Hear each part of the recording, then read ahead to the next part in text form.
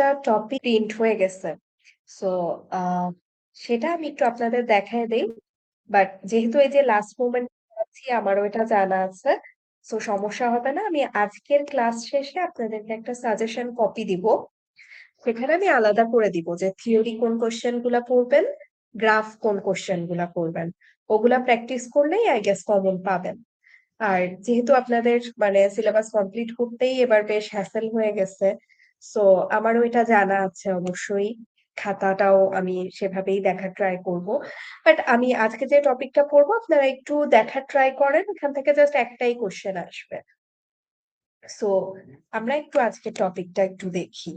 আমি কোশ্চেনটা আপনাদের সাথে শেয়ার করছি, স্লাইডের কপিটা।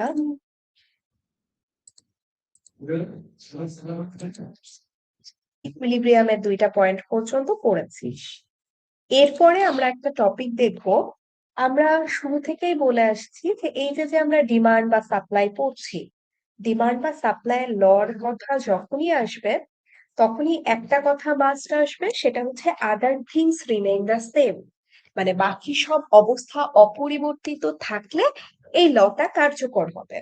এখন যেহেতু সব জায়গায় এই কোশ্চেনটা আসছে যে বাকি সব অবস্থা অপরিবর্তিত থাকলে, তো তখনই একটা রিলেভেন্ট কোশ্চেন আসে, তাহলে বাকি অবস্থাগুলো কি?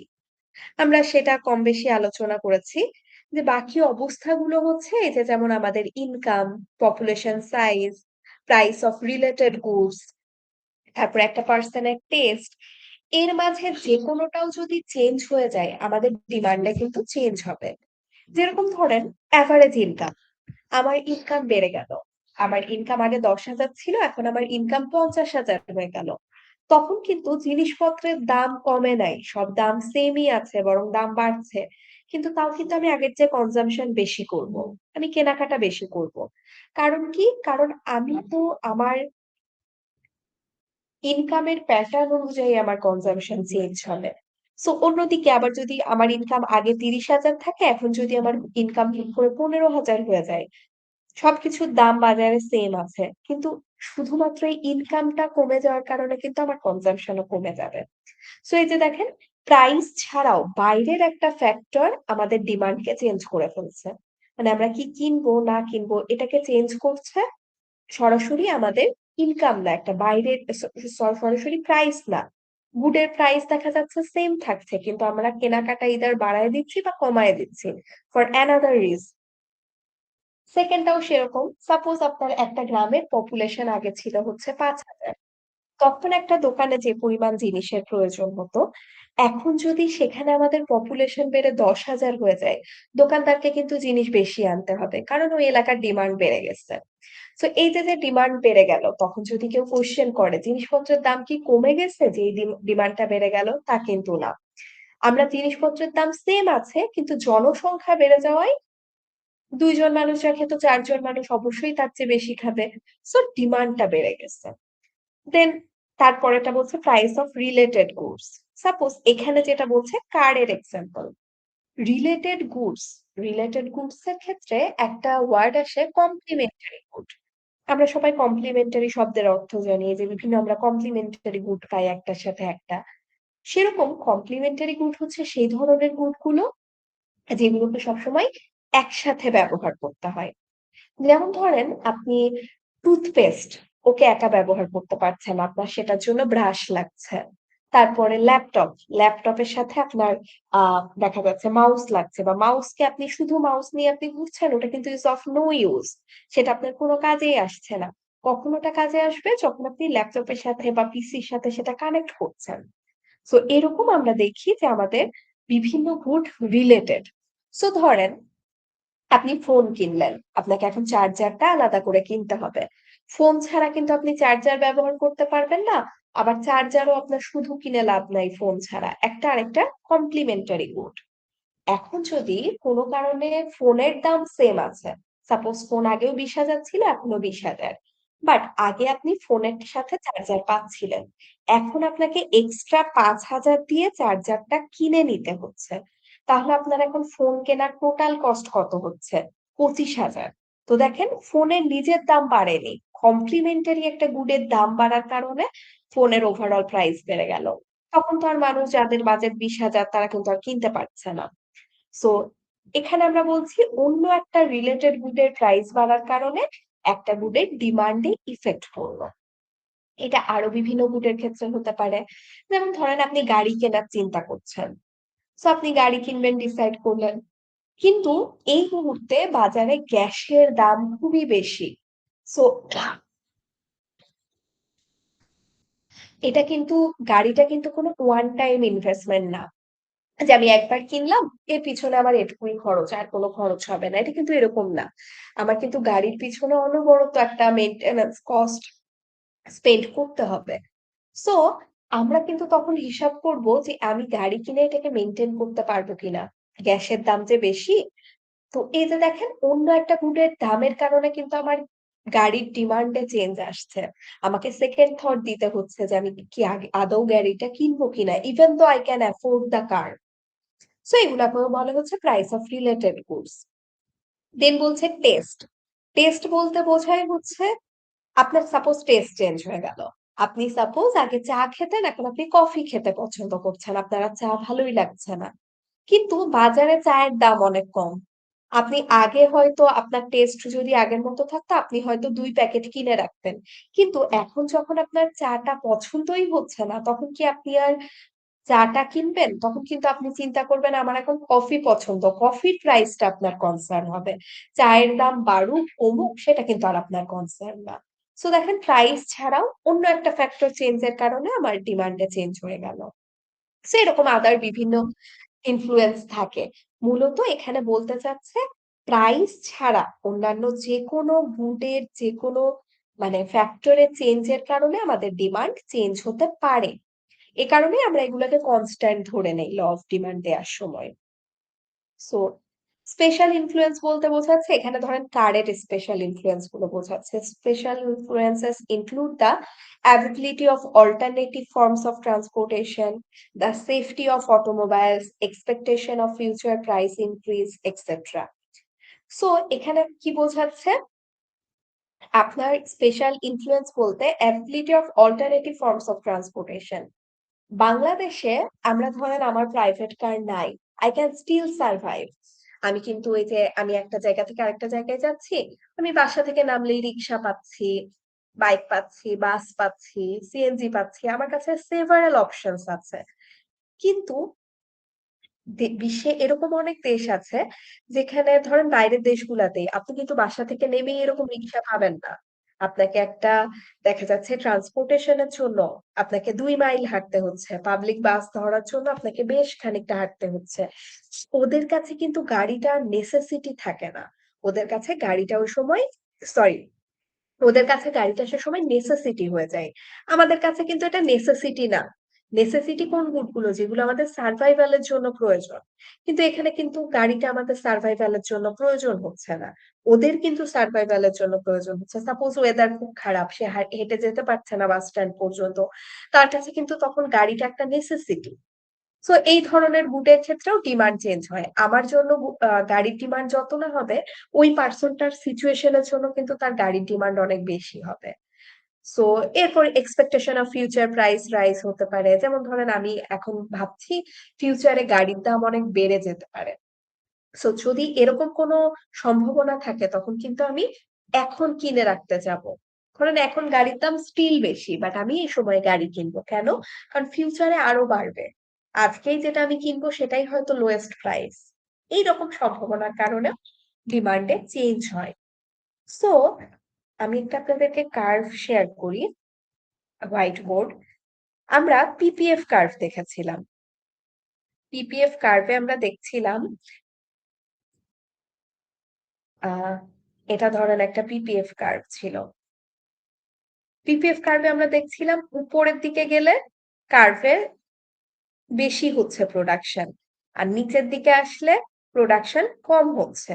সো এই যে যে কনসেপ্টটা, এটাকে আমরা বলি শিফট অফ দ্য কার্ভ। মানে কার্ভ তার নিজের অবস্থান দেখে লেফট সাইডে উপরে বা নিচে শিফট করছে। এখন ধরেন এই যে এটা একটা ডিমান্ড কার্ভ, এটা একটা পয়েন্ট ধরি এ, এটা একটা পয়েন্ট ধরি বি। এখন এ পয়েন্টটা হচ্ছে এখানে, এ পয়েন্টে ডিমান্ড ধরেন 5, বি পয়েন্টে প্রাইসও চেঞ্জ, কোয়ান্টিটিও চেঞ্জ, প্রাইস কমে গেছে বলে কোয়ান্টিটি বেড়ে গেল 10। এ আর বি তে কি ডিমান্ডের পরিমাণ সেম বলেন তো?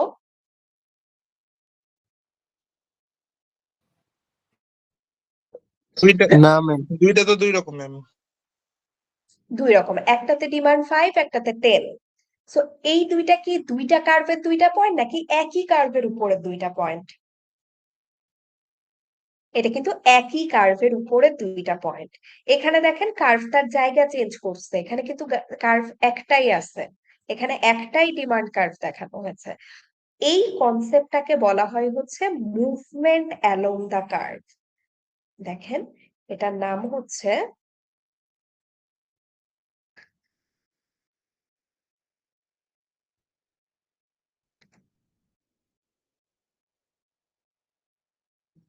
মুভমেন্ট অ্যালং দা কার্ভ। মুভমেন্ট বলতে কি বোঝাচ্ছে? একই কার্ভের দুইটা পয়েন্টে এটা মুভ করছে, এর নামই হচ্ছে মুভমেন্ট অ্যালং দা কার্ভ। আমরা মিনিং দেখে পড়া ট্রাই করি তাহলে কিন্তু এটা ইজি। মুভমেন্ট অ্যালং দা কার্ভ মানে হচ্ছে একই কার্ভের উপরে তারা মুভ করছে। সো এটার কারণে এটার নাম হচ্ছে মুভমেন্ট অ্যালং দা কার্ভ। আর আরেকটা আমরা দেখি, এই যে কার্ভটা, এখানে ধরেন আমি এখন পিপিএফ কার্ভের কথা বলছি না, আমরা যেহেতু ডিমান্ড পড়ছি আমরা একটা ডিমান্ড কার্ভেকেই দেখি। ডিমান্ড কার্ভ আর পিপিএফ কার্ভ কিন্তু সিমিলার, দুইটাই আমরা দেখি ডাউনওয়ার্ড স্লোপিং। এটা একটা ডিমান্ড কার্ভ।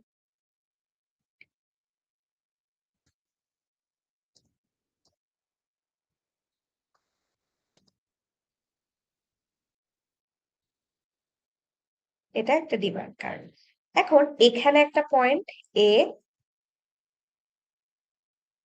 এটা আরেকটা ডিমান্ড কার্ভ। এখানে একটা পয়েন্ট ধরলাম বি, এটা আরেকটা ডিমান্ড কার্ভ। এখানে একটা পয়েন্ট ধরলাম সি। এখন দেখেন তো এ বি সি এই তিনটা পয়েন্টে কি ডিমান্ড সেম? না ম্যাম, তিনটাতে আলাদা আলাদা আছে। তিনটা আলাদা, কিন্তু এই পাশের কার্ভটার সাথে এটার পার্থক্য কি? পাশের কার্ভে এ আর বি পয়েন্টটা একই কার্ভের উপরে দুইটা পয়েন্ট ছিল, আর এই পাশেরটাই এটা তিনটা ডিফারেন্ট কার্ভের তিনটা পয়েন্ট। এই কনসেপ্টটাকে আমরা বলি shift of curve.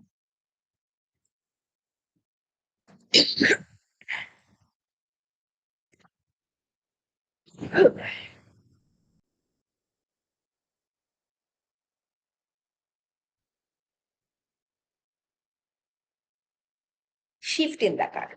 Shift in the curve বলতে কি বোঝানো হচ্ছে?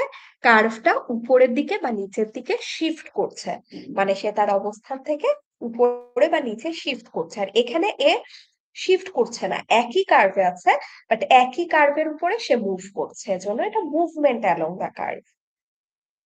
সো এইটা হচ্ছে আমাদের দুইটা কনসেপ্ট। এখন আমরা দেখছি এই যে যে আমরা একটু আগে এতগুলা ফ্যাক্টর পড়লাম, এই ফ্যাক্টর গুলো বলে হচ্ছে এগুলোর কারণেও ডিমান্ডে চেঞ্জ হচ্ছে, প্রাইসের কারণেও ডিমান্ডে চেঞ্জ হচ্ছে। প্রাইসের কারণে ডিমান্ডে যে চেঞ্জটা হয় সেটা হচ্ছে মুভমেন্ট অ্যালং দা কার্ভ। আর এই যে আমরা এতক্ষণ যে ফ্যাক্টর গুলো দেখলাম, এগুলোর কারণে যদি ডিমান্ডে কোনো পরিবর্তন হয় সেটাকে আমরা বলি শিফট ইন দা কার্ভ। আমি এটা এখানে দেখানো হচ্ছে, দেখেন এই কারণগুলোর কারণে কার্ভটা হয় উপরের দিকে শিফট করছে বা নিচের দিকে শিফট করছে। সো এখানে কিছু এক্সাম্পল দেয়া আছে। Suppose will a warm winter shift the demand curve for heating oil leftward or rightward? Why? Left বলতে বোঝাচ্ছে নিচের দিকে, রাইট বলতে বোঝাচ্ছে উপরের দিকে। এখন হিটিং অয়েল আমরা জানি উইন্টারে হিটিং অয়েল বেশি প্রয়োজন, তার মানে উইন্টারে হিটিং অয়েলের ডিমান্ড বাড়বে। হিটিং অয়েলের দামের কারণে কিন্তু এই ডিমান্ডটা বাড়ছে না, একটা সিজন চেঞ্জের কারণে এই ডিমান্ডটা বাড়ছে। তার মানে এগুলো হচ্ছে আদার ফ্যাক্টর। তাহলে আদার ফ্যাক্টরে চেঞ্জের কারণে যেহেতু ডিমান্ডে চেঞ্জ হচ্ছে, তার মানে অবশ্যই এখানে শিফট ইন দা কার্ভ হবে, মুভমেন্ট না। প্রাইস চেঞ্জের কারণে যদি হতো তাহলে সেটা হতো মুভমেন্ট। আর যেহেতু এখানে আহ অন্যান্য ফ্যাক্টর চেঞ্জের কারণে হচ্ছে, এ কারণে এটাকে বলা হবে হচ্ছে shift in the curve. So এখানে কি ডিমান্ড বাড়বে না কমবে বলেন তো এই ক্ষেত্রে? ডিমান্ড তো বাড়বে না ম্যাম। বেড়ে গেলে কমবে। করবে, উপরের দিকে না নিচের দিকে? বেড়ে গেলে তো উপর দিকে যায়। উপরের দিকে শিফট করবে, রাইট। সো তার মানে জাস্ট আমরা দেখবো যে ডিমান্ড বাড়ছে না কমছে। বেড়ে গেলে উপরের দিকে, আমি এই যে আপনাদেরকে আবার আমি কার্ভটা শেয়ার করছি।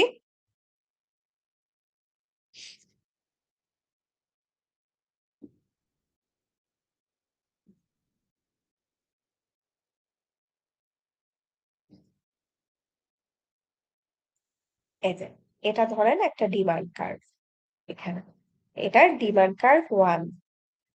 এখন আমরা বলছি ডিমান্ড বেড়ে গেল, তাহলে এইটা যদি আমরা দেখি ডিমান্ড কার্ভ 2, এটা একে দেখেন ডিমান্ড আসলেই বেড়ে গেছে, ধরি প্রাইস সেম আছে, কিন্তু দেখেন প্রাইস সেম থাকলেও এখানে ডিমান্ড একটা, এখানে ডিমান্ড তার চেয়ে বেশি। তার মানে বলছে প্রাইস বেড়ে যাওয়ার কারণে এখানে ডিমান্ড, প্রাইস না, প্রাইস সেম আছে, অন্য একটা ফ্যাক্টর চেঞ্জ হওয়ার কারণে এই ডিমান্ডটা বেড়ে গেল, D1 থেকে D2 তে চলে গেল। এখনই যদি আমি বলি যে ডিমান্ড বাড়েনি, কমে গেছে ধরেন কোনো একটা কারণে, তাহলে ওইটা কি হতে পারে? এই যে যে এখন এটা D1 আছে, আমরা দেখবো এই কার্ভটাই শিফট হবে নিচের দিকে,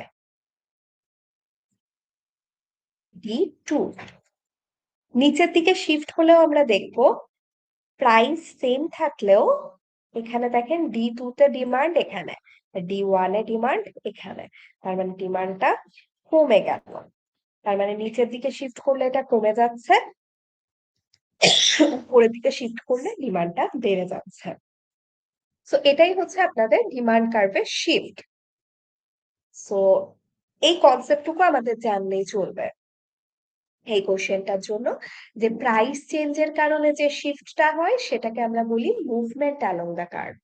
আর যে কোনো আহ আপনার অন্যান্য ফ্যাক্টর, সেটা যে কোনো জিনিস হতে পারে, সিজন হতে পারে, একটা ওয়েদার হতে পারে, ইকোনমিক সিচুয়েশন হতে পারে, আপনার হেলথ হতে পারে, মানে প্রাইস ছাড়া আর যা যা আছে দুনিয়ায় সেগুলা চেঞ্জের কারণে যদি আমার ডিমান্ডটা চেঞ্জ হয় সেটা হচ্ছে শিফট ইন দা কার্ভ।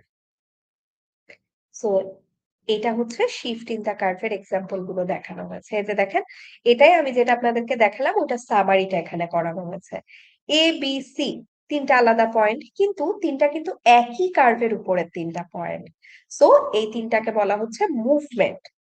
আর এখানে এই যে যে তিনটা কার্ভ, কার্ভটা ইদার উপরে শিফট করছে বা নিচের দিকে শিফট করছে, এজন্য এটাকে বলা হয় shift in the curve. So এটা ডিমান্ড কার্ভের মুভমেন্ট এন্ড শিফট দেখাচ্ছে।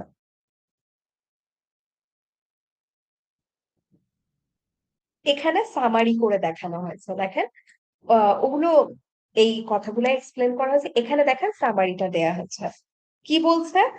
Change in the price of good and services leads to change in quantity demanded. মানে এখানে কোয়ান্টিটি চেঞ্জ হচ্ছে, এইটাকে আমরা কি কার্ভে দেখাচ্ছি? Movement along the curve. আর প্রাইস ছাড়া অন্যান্য যে কোনো factor like income, preference or prices of other good and services, এগুলোর কারণে যে চেঞ্জটা হচ্ছে সেটাকে আমরা বলছি শিফট ইন দ্য কার্ভ। কার্ভটা যদি ডিমান্ড বেড়ে যায় উপরের দিকে শিফট করবে, ডিমান্ড যদি কমে যায় নিচের দিকে শিফট করবে। এটুকু কি বুঝতে পেরেছি আমরা? জি, বুঝতে পেরেছি। আচ্ছা, তো সাপ্লাইয়ের ক্ষেত্রেও সেম। সাপ্লাইয়ের ক্ষেত্রেও এই যে কিছু ফ্যাক্টর আছে যেগুলোকে আমরা ল অফ সাপ্লাই ধরে নেই। সাপ্লাইয়ের লটা কি ছিল বলুন তো? প্রাইস বেড়ে গেলে সাপ্লাই বেড়ে যাবে, প্রাইস কমে গেলে কমে যাবে। সো এই দুইটা যে হচ্ছে, দুইটার ক্ষেত্রেই আমরা বলে নেই other things remain the same. So ডিমান্ডের ক্ষেত্রে আমরা আদার থিংস গুলা দেখলাম, প্রাইস ছাড়া আর কি কারণে চেঞ্জ হতে পারে? ধরেন আমি একজন সাপ্লায়ার, আমি আমার সাপ্লাইটা কি কারণে বাড়াবো বা কমাবো, সেগুলো হতে পারে এরকম বিভিন্ন কারণে। সাপোজ কস্ট অফ প্রোডাকশন, আপনার প্রোডাকশন কস্ট আগের চেয়ে বেড়ে গেল। ধরেন আপনার টোটাল ইনভেস্টমেন্ট 10,000 টাকা, আপনার আগে প্রতিটা গুড় তৈরি করতে হয়তো 110 টাকার মতো খরচ হচ্ছিল, তখন আপনি একটা পরিবার পর্যন্ত সাপ্লাই দিতে পারছিলেন। এখন আপনি দেখলেন আপনার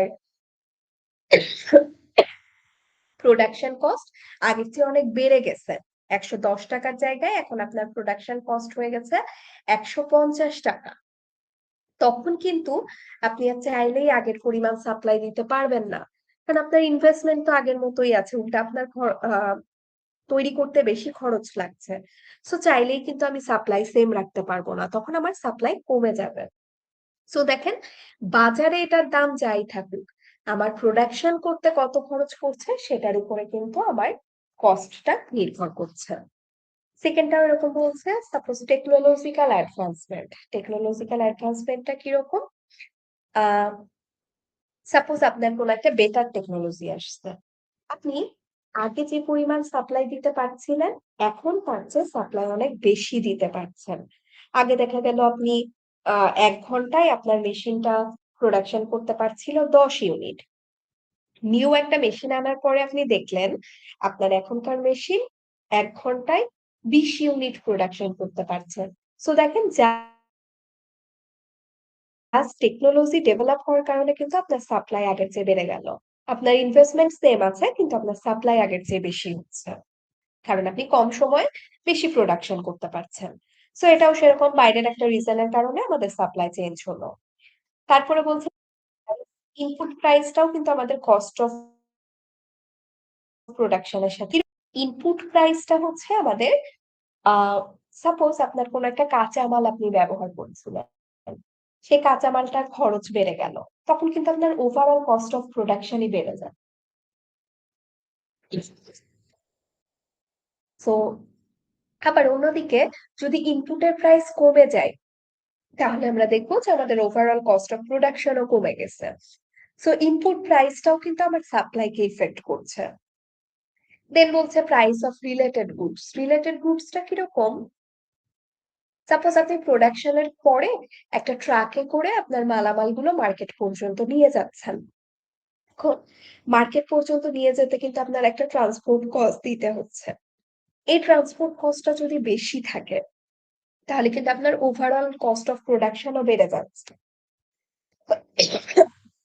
আপনি দেখছেন যে আপনার ওভারঅল যে খরচ সেটাতে আপনাকে বেশি পে করতে হচ্ছে। বা ধরেন ট্রাক না, ট্রাক ছাড়াও অ্যাডভার্টাইজমেন্ট কস্ট হতে পারে। সাপোজ আপনার অ্যাডভার্টাইজমেন্টে আগে অনেক কম খরচ হচ্ছিল, এখন তার চেয়ে অনেক বেশি খরচ হচ্ছে। সো সেক্ষেত্রেও আমরা দেখবো যে আপনার কস্ট অফ প্রোডাকশন আগের চেয়ে বেড়ে যাচ্ছে। সো কস্ট অফ প্রোডাকশন যখনই বেড়ে যাবে, আপনার কিন্তু তখন সাপ্লাইটা কমে আসবে। সো এটা আরেকটা রিজন। দেন আরেকটা বলছে গভর্নমেন্ট পলিসি। গভর্নমেন্টের পলিসিটা কিরকম হতে পারে এখানে? গভর্নমেন্টের পলিসিটা হতে পারে, সাপোজ আপনার গভর্নমেন্ট একটা নিউ রুল করলো।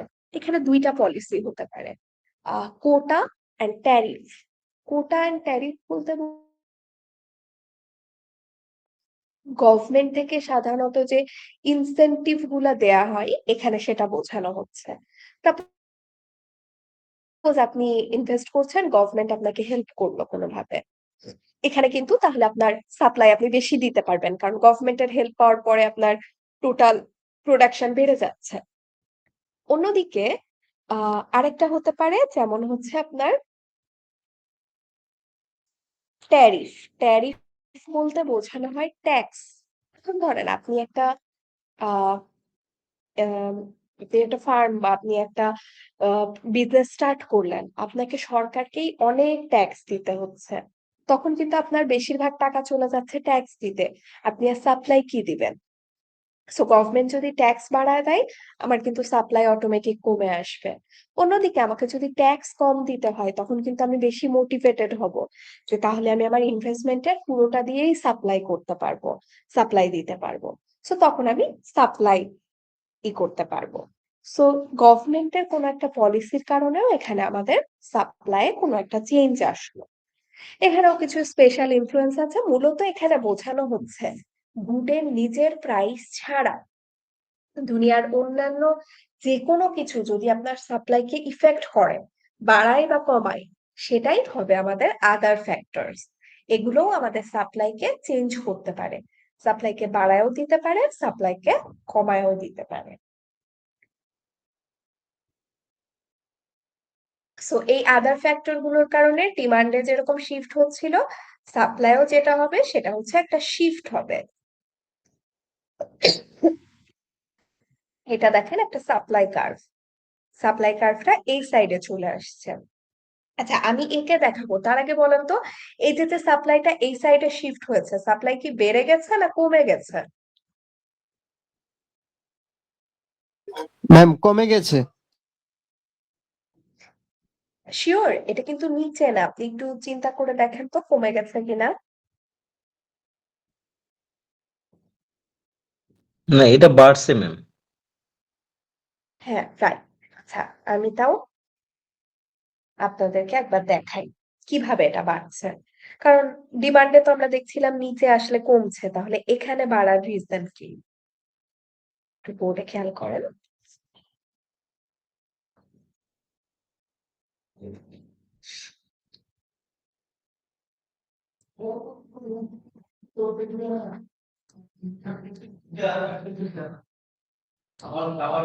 এটা একটা সাপ্লাই কার্ভ। এখন এটা ধরলাম সাপ্লাই কার্ভ 1। এটা হচ্ছে আমরা দেখাচ্ছিলাম চিত্রে সাপ্লাই কার্ভ 2। আপনি যদি বুঝতে না পারেন এখানে বেড়ে গেছে না কমে গেছে, তাহলে এখান থেকে একটা স্ট্রেট দাগ টানেন, কারণ প্রাইস সেম আছে। প্রাইস সেম থাকা অবস্থায় 1-এ যখন ছিলাম তখন সাপ্লাই দিচ্ছিলাম এই পরিমাণ, 2-তে যখন আছি তখন সাপ্লাই হচ্ছে এই পরিমাণ। তাহলে দেখেন সাপ্লাই আগের চেয়ে বেড়ে গেছে। তার মানে রাইট সাইডে শিফট হলে এটাকে আপনারা রাইট সাইড বলতে পারেন। ডিমান্ডের ক্ষেত্রেও রাইট সাইডে আপনারা আপওয়ার্ড ডাউনওয়ার্ড না বলে রাইট লেফট বললে মনে রাখতে ইজি হবে, কারণ দুইটার ক্ষেত্রে রাইট সাইডে আসলে বাড়বে, লেফট সাইডে গেলে কমবে।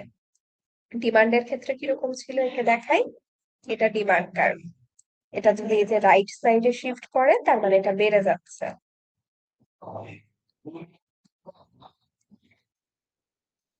এই যে এটা এখানে বেড়ে যাচ্ছে। সো D1 থেকে D2 তে যখন যাচ্ছে তখন এটা 1, D1 থেকে D2 তে গেলে বেড়ে যাচ্ছে। আর এখানেও S1 থেকে S2 তে আসলে এটা বেড়ে যাচ্ছে। 1 মিনিট একটু।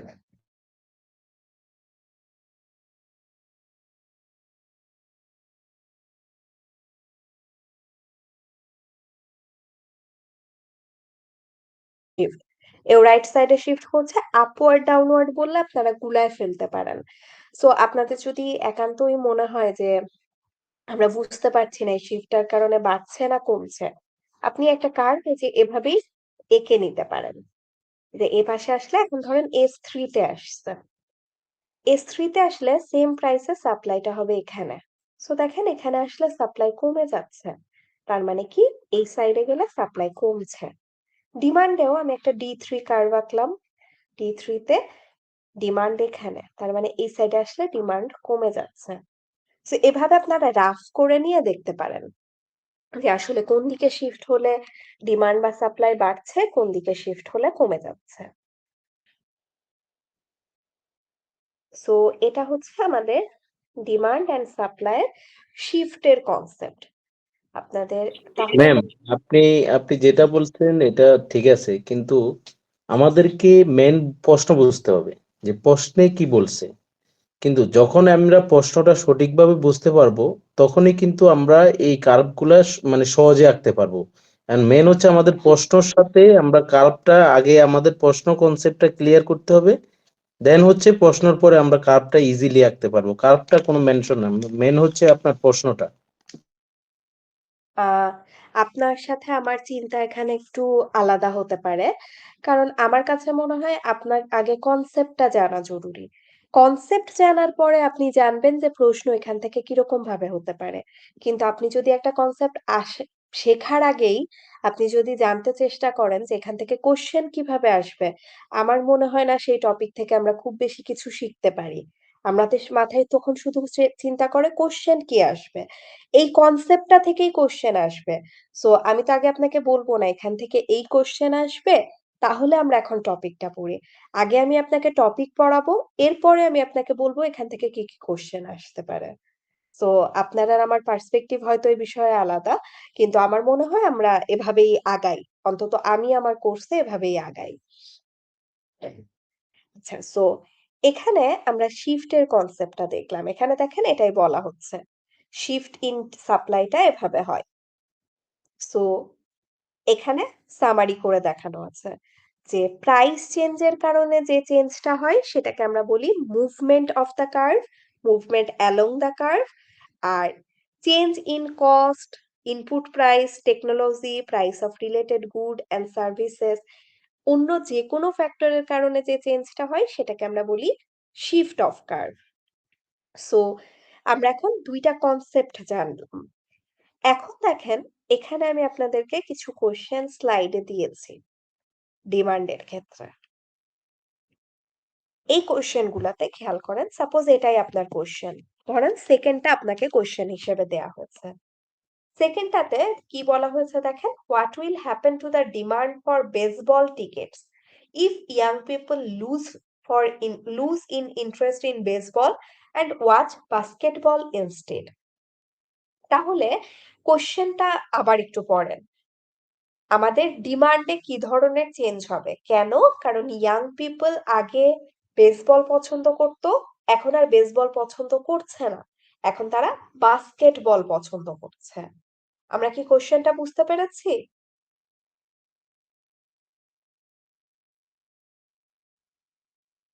বুঝি নাই ম্যাম, আরেকবার একটু বলেন। কোশ্চেনটাই বলা হয়েছে আপনার ডিমান্ডে কি ধরনের চেঞ্জ হবে, মানে সাপোজ আপনার ডিমান্ড কার্ভে কি চেঞ্জ হচ্ছে যদি ইয়াং পিপল, ধরেন একটা জেনারেশন, আগে ওরা বেসবল পছন্দ করত, বাট এখন ওদের বেসবল আর ভালো লাগছে না, এখন তারা বাস্কেটবল প্রেফার করছে। সো তখন আমাদের ডিমান্ডে কি চেঞ্জ হবে? সো যখনই এরকম ম্যাম দেখবেন, বেসবলের ডিমান্ডটা কমে যাবে, বাস্কেটবলের ডিমান্ড বাড়বে, এই তো মনে হয় বেড়ে যেটা যাবে, সব। এক্স্যাক্টলি।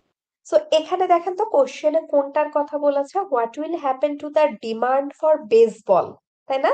বেসবলের ডিমান্ডে কি চেঞ্জ হবে, বাড়বে না কমবে?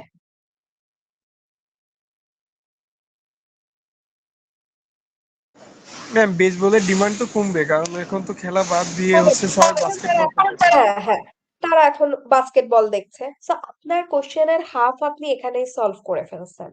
এবার খেয়াল করেন,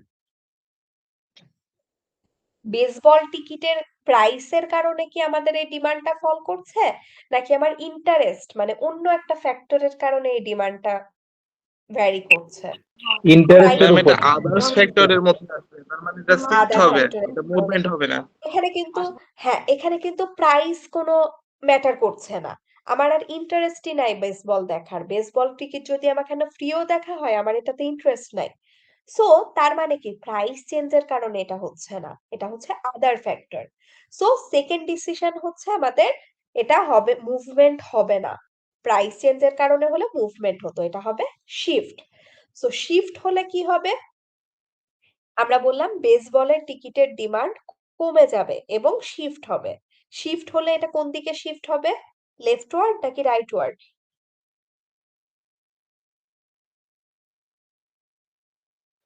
ম্যাডাম রাইট হবে। রাইটে আসলে কি ডিমান্ড বাড়ে নাকি কমে? দেখেন তো, এই যে এখানে আমরা একটু আগেই আঁকলাম, ম্যাম রাইটে আসলে ডিমান্ড বাড়ে। ডিমান্ড বাড়ে তো রাইট।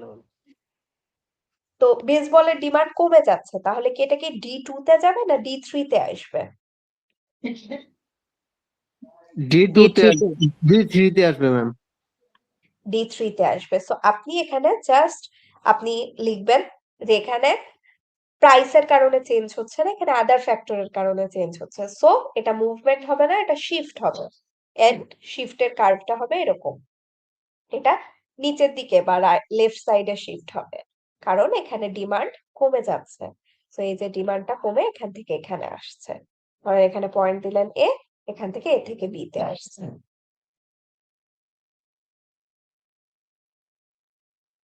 এবার বুঝতে পেরেছেন? জি ম্যাম। সো এক্স্যাক্টলি এভাবেই কোশ্চেন আসবে। সো এটা যেমন আমি আপনাদেরকে ডিমান্ডের একটা কোশ্চেন দেখালাম, সাপ্লাইয়ের আমরা একটা প্র্যাকটিস করি।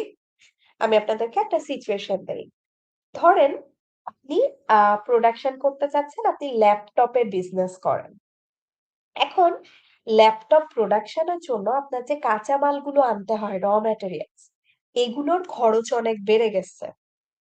সো এখন যেহেতু এগুলোর খরচটা অনেক বেড়ে গেছে, আপনি কি চাইলেও আগের মতো প্রোডাকশন করতে পারবেন নাকি প্রোডাকশন কমে যাবে? প্রোডাকশন কমে যাবে। প্রোডাকশন কমে যাবে। সো এটা কি মুভমেন্ট হবে নাকি শিফট হবে? মুভমেন্ট হবে ম্যাম। কেন মুভমেন্ট হবে? এখানে কি গুডের নিজের প্রাইস চেঞ্জ হচ্ছে নাকি ইনপুটের প্রাইস চেঞ্জ হচ্ছে? ইনপুটের প্রাইস চেঞ্জ হচ্ছে। ইনপুটের প্রাইস চেঞ্জ হচ্ছে। সো ইনপুটের প্রাইস চেঞ্জের কারণে যখনই আমাদের সাপ্লাই চেঞ্জ হবে সেটাকে আমরা কি চেঞ্জ বলি? শিফট। এবং আমরা বলছি সাপ্লাই কি বাড়বে নাকি কমবে? ম্যাম ইনপুটে বাড়লে তো সাপ্লাই দিকে কমার কথা না। ইনপুটের প্রাইস বেড়ে গেছে, তাই না? ইনপুটের প্রাইস বেড়ে তো গেছে মানে আপনার প্রোডাকশন করতে টাকা বেশি লাগছে, তাহলে কি প্রোডাকশন কমবে বেশি না বাড়বে? লাগছে, কমে যাবে 100% প্রোডাকশন কমবে। কমে যাবে। ধরেন আমি আপনাকে বলি, আপনি স্বল্প পরিসরে প্রোডাকশন করছিলেন, আপনি কেকের বিজনেস করেন। এখন আপনার কিন্তু ইনভেস্টমেন্ট সেম। আপনি জানেন যে আপনি মান্থলি এত টাকার বেশি আপনার খরচ করার মতো এখনো ইনভেস্টমেন্ট হয়নি।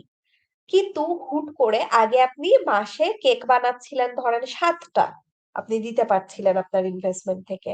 এখন হুট করে এই যে কেক বানানোর যে সামগ্রী কাঁচামাল ধরেন ডিমের দাম অনেক বেড়ে গেল। তাহলে কি আপনি ডিমের দাম যখন অনেক বেড়ে যাবে আপনি চাইলেও আর 7টা সাপ্লাই দিতে পারছেন না। আপনাকে তখন সাপ্লাই দিতে হচ্ছে 5টা ধরেন। তো তার মানে কি সাপ্লাই কমে গেল না আগের চেয়ে? জি ম্যাম, কমে যাচ্ছে। সো এখানে শিফট না মুভমেন্ট এটা চিন্তা করার সময় আমরা চিন্তা করব কেক এখানে নিজে একটা গুড, আর কেকের যে কাঁচামাল এ হচ্ছে একটা আদার থিংস। কেকের প্রাইস বেড়ে যাওয়ার কারণে আমি যদি ভাবতাম এখন আমাকে কেক প্রোডাকশন বাড়ায় দিতে হবে তাহলে আমি বেশি প্রফিট করতে পারবো, এই চিন্তা থেকে আদার থিংস রিমেন কনস্ট্যান্ট, আমি যদি এটা করতাম তাহলে সেটা হতো মুভমেন্ট। কিন্তু এখানে কিন্তু আমার কাঁচামালের দামে চেঞ্জ হচ্ছে, আদার থিংস এর দামে চেঞ্জ হচ্ছে, এজন্য সাপ্লাই কমে যাচ্ছে। সো এটা তাহলে এই ম্যাম সাইডে। কাইন্ডলি আরেকবার একটু রিপিট করবেন?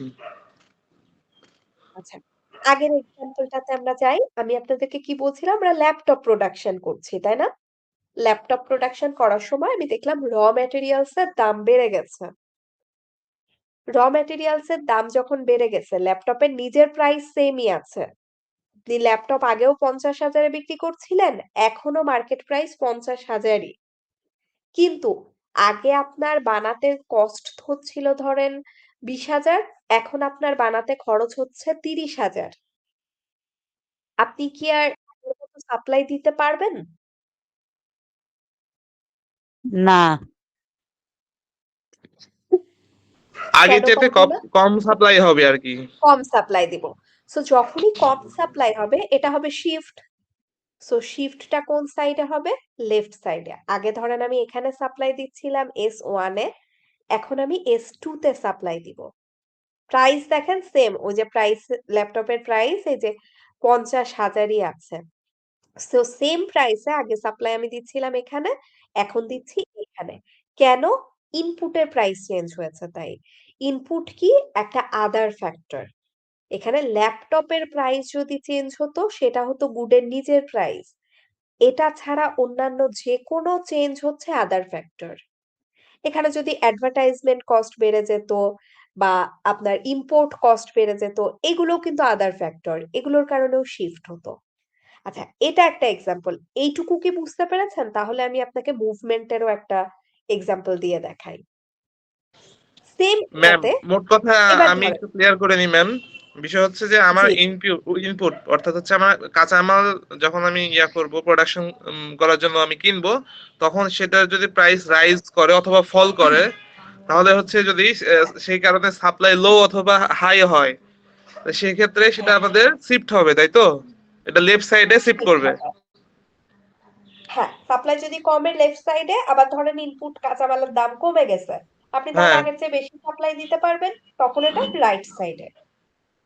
ও আচ্ছা, মানে যখন ইনপুটের দাম রাইজ করবে তখন লেফট সাইডে হচ্ছে আমার কার্ভ শিফট করবে, তাই না?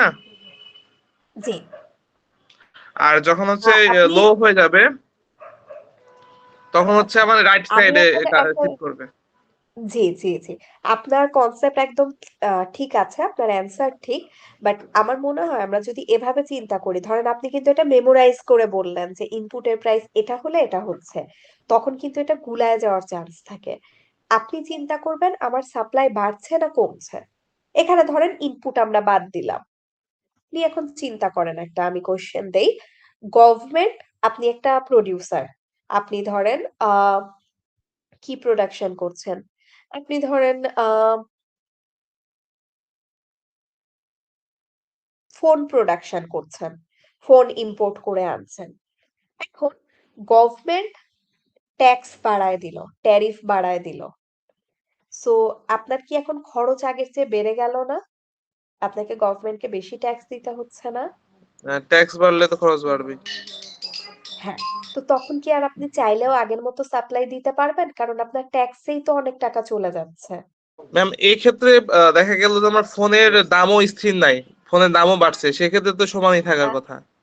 কিন্তু ফোনের দাম আচ্ছা। স্থির থাকলে তখন হচ্ছে হয়তো বা ইয়া হবে, তাই না? আহ জি, জি। আমাদের কনসেপচুয়াল এবং রিয়েল ওয়ার্ল্ড এর ভিতরে কিছু পার্থক্য থাকে। যেমন ধরেন রিয়েল ওয়ার্ল্ড এ কিন্তু সব একসাথে ওঠানামা করছে। ফোনের প্রাইস চেঞ্জ হচ্ছে, তারপর আমার ট্যাক্স চেঞ্জ হচ্ছে। কিন্তু এখানে তো আমরা থিওরি যখন পড়ি, তখন আমরা একটার চেঞ্জ যখন ধরি, আরেকটাকে আমরা কনস্ট্যান্ট ধরে নেই। ল অফ সাপ্লাই আমরা কি দেখছিলাম? আদার থিংস রিমেইন দ্য সেম। মানে এই যে tariff, production cost, input cost সব সেম আছে। শুধু পণ্যটার দাম বাড়ছে না কমছে। তখন সাপ্লায়ারের চিন্তা থাকবে প্রফিট বেশি হচ্ছে না কম হচ্ছে। সো এখানে যেমন কনস্ট্যান্ট কি থাকছে? Other things. এখন আমরা যে কনসেপ্টটা পড়ছি সেটা হচ্ছে আদার থিংস গুলা চেঞ্জ হচ্ছে। আদার থিংস যখন চেঞ্জ হবে তখন কোনটা কনস্ট্যান্ট থাকবে? প্রাইস কনস্ট্যান্ট থাকবে। আমরা ধরে নিব কুডের নিজের প্রাইস সেম আছে, কিন্তু আদার থিংস গুলা চেঞ্জ হচ্ছে। এখন তাহলে আমাদের সাপ্লাই কি ধরনের চেঞ্জ হতে পারে?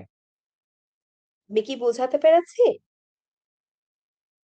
আপনারা চাইলে আমি এটা শর্টকাটে আরেকবার লিখে আপনাদেরকে গ্রুপে দিচ্ছি, ছবি তুলে চার্ট করে।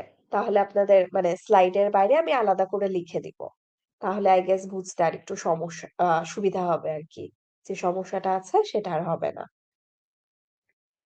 তো আমরা কি শিফট মুভমেন্ট এর কনসেপ্ট বুঝতে পেরেছি?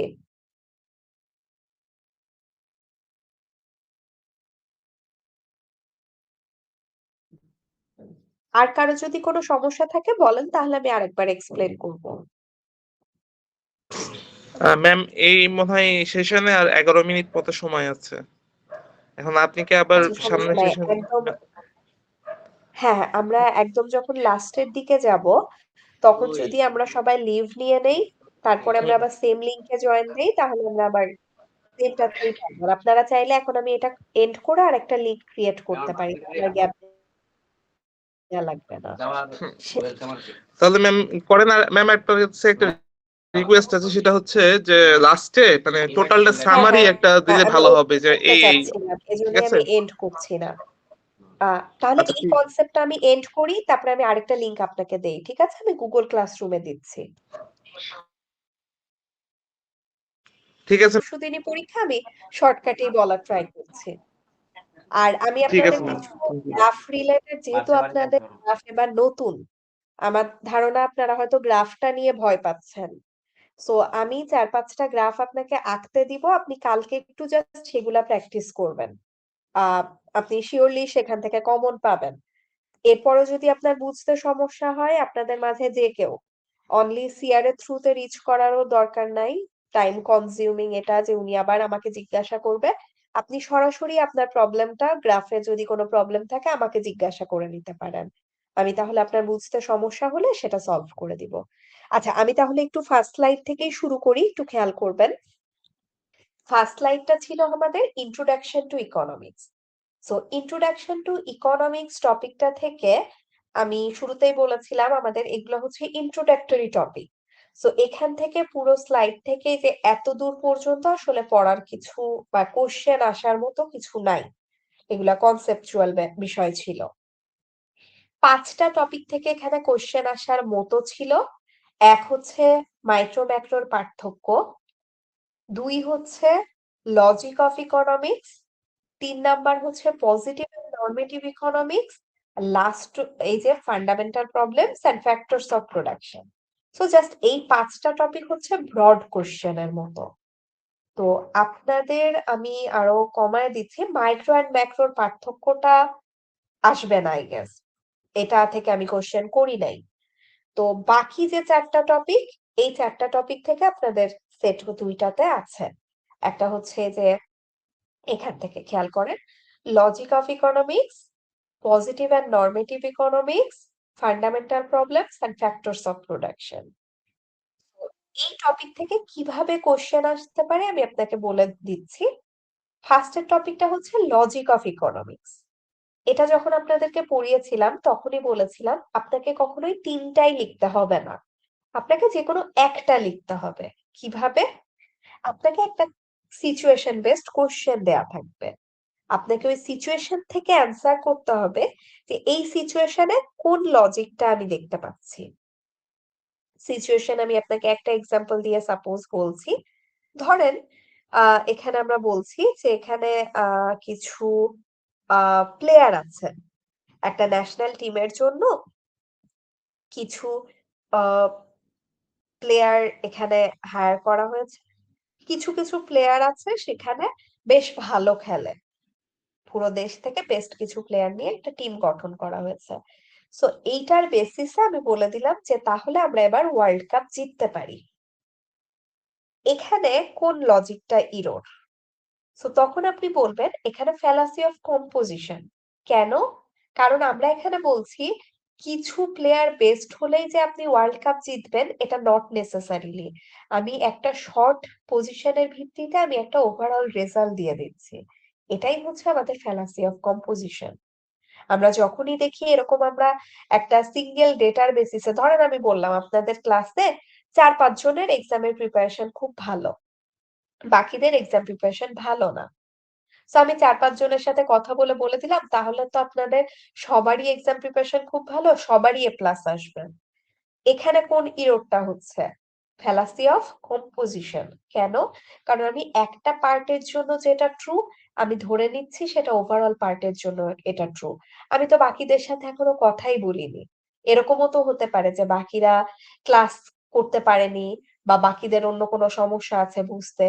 আমি যখন এটা অ্যাজিউম করে নিচ্ছি যে which is true for a part, একটা স্মল পপুলেশনের জন্য যেটা ট্রু পুরো পপুলেশনের জন্যই সেটা true, then we are committing the fallacy of composition.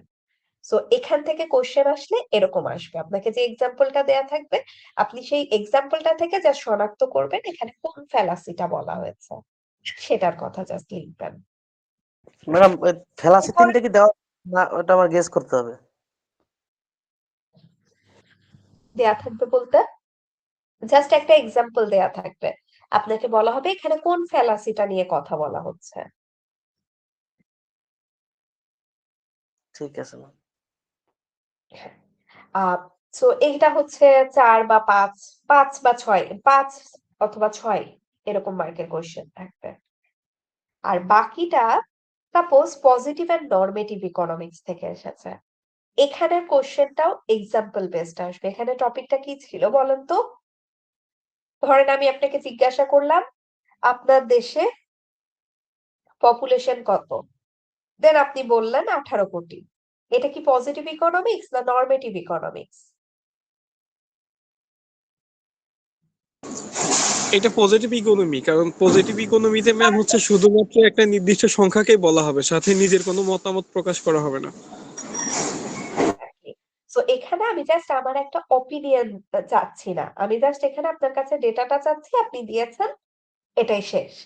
কিন্তু আমি যদি আপনাকে এইটার প্রেক্ষিতে আপনি অ্যান্সার দিলেন 18 কোটি, এরপর আমি বললাম যে না আপনার দেশের পপুলেশন তো অনেক বেশি, আরো কম হলে ভালো হয়, এইরকম কথা যখন উঠবে তখন সেটা নরমেটিভ ইকোনমিক্স। তো আপনাকে এরকম 2টা এক্সাম্পল দেয়া থাকবে। সাপোজ এই যে আমি যেরকম বললাম এরকম 2টা এক্সাম্পল দেয়া দিয়ে জিজ্ঞাসা করা হলো এখন শনাক্ত করেন এখানে কোনটা পজিটিভ ইকোনমিক্স কোনটা নরমেটিভ ইকোনমিক্স। তাকে তখন সেটা শনাক্ত করে বলতে হবে যে এইখানে যেহেতু শুধু আমি ডেটা চাচ্ছি তাহলে এটা পজিটিভ, আর যেহেতু আমি এখানে ডেটাটাকে এক্সপ্লেন করছি বা অপিনিয়ন ইনভলভ আছে, এখানে ভ্যালু জাজমেন্ট দিচ্ছি, সেহেতু এটা নরমেটিভ। সো এভাবে এখান থেকে কোয়েশ্চেন আসবে আসলে। ম্যাম আসলে মোট কথা যদি আমার নির্ধারিত বা ফিক্সড টাইপের কোনো অ্যামাউন্ট আমি বলে দেই তখন সেটা হলো পজিটিভ, তাই না? আর হচ্ছে মানে যখন আপনি হচ্ছে আমার যাকে সেটা সম্পর্কে answer ডাউট দিচ্ছেন, থাকবে, আমি কম্পেয়ার করব, তখন হচ্ছে সেটা নরমেটিভ, তাই তো? না, সাপোজ আপনি যাকে অ্যান্সার করছেন, আপনার পার্সপেক্টিভ এখানে না, যে কোশ্চেন করছে তার পার্সপেক্টিভ চিন্তা করেন। সাপোজ আপনি আপনার ক্লাসমেটকে জিজ্ঞাসা করলেন যে এই ম্যাথটার অ্যান্সার কত, সে আপনাকে জাস্ট একটা সংখ্যা বলে দিল, সে কোনো আপনাকে আর কিছু বলে নাই, এটা পজিটিভ ইকোনমিক্স। কিন্তু সে একটা অ্যান্সার বলার পরে বলল যে অ্যান্সার এটা আসছে, কিন্তু অ্যান্সারটা এত আসলে এটা ভালো হতো, এখানে সে নিজের একটা অপিনিয়ন দিল না, মানে সে অ্যান্সারের বাইরেও কিন্তু নিজের একটা মতামত দিল আপনাকে, মানে অ্যান্সারের বাইরে এক্সট্রা অপিনিয়ন দিলেই সেটা হবে নরমেটিভ। সেটা হচ্ছে নরমেটিভ। জি, সো যেখানেই আপনার অপিনিয়ন অ্যাটাচ থাকবে দ্যাট ইজ নরমেটিভ। আর পরের যে দুইটা question, three fundamental problems and factors of production, এই দুইটা এক্সাম্পল বেসড আসবে না, এখান থেকে সরাসরি আসবে। সাপোজ আপনাকে বলা হলো যে একটা প্রোডাকশন প্রসেস শুরু করা হয়েছে, এখানে কি কি কোশ্চেনের অ্যান্সার করে আমাকে প্রোডাকশন প্রসেসটা ক্যারি অন করতে হবে, তখন আমার এই তিনটা কোশ্চেন, হোয়াট, হাউ, ফর হুম, এই তিনটা কোশ্চেনের অ্যান্সার করে, এই জন্য এটাকে ফান্ডামেন্টাল প্রবলেমস বলা হয়, যে এই কোশ্চেন গুলার অ্যান্সার বের করে তবেই আমি অগ্রসর হতে পারি। আর লাস্ট টপিকটা হচ্ছে ফ্যাক্টরস অফ প্রোডাকশন। সাপোজ আপনাকে বলা হলো একটা প্রোডাকশন প্রসেসে ফ্যাক্টরস অফ প্রোডাকশন গুলো কোনগুলো সেগুলো ডিসকাস করেন, দেন জাস্ট এই যে ল্যান্ড, লেবার, ক্যাপিটাল, অর্গানাইজেশন, এই চারটা।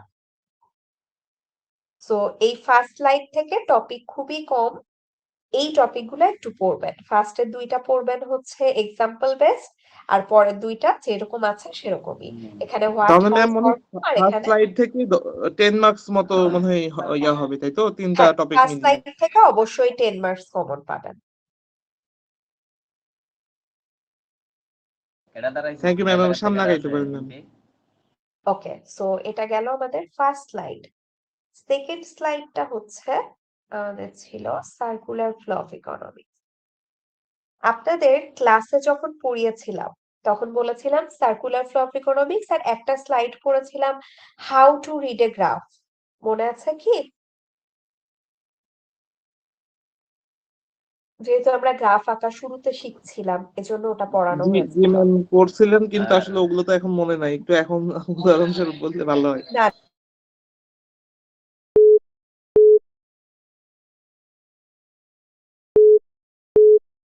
আরেকটা কি ছিল বলেন তো? ফ্লো,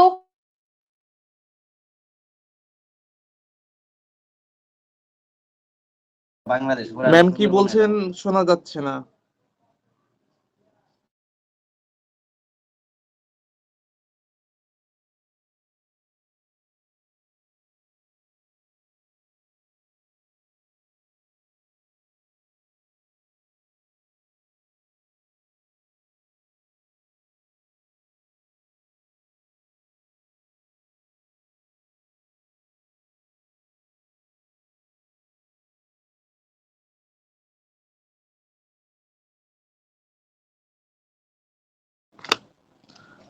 ম্যাম আপনার ভয়েস আসতেছে। ফ্লো আছে।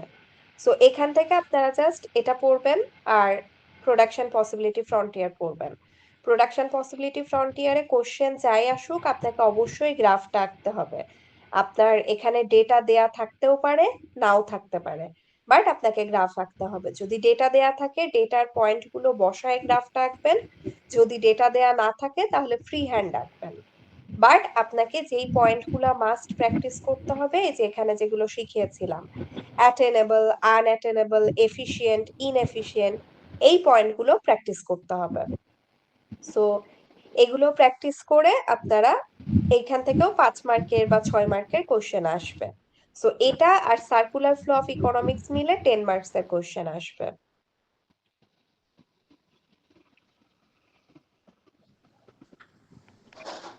জি ম্যাম, এখন থার্ড স্লাইডটা। লাস্ট স্লাইডটা হচ্ছে আমাদের ডিমান্ড এন্ড সাপ্লাই।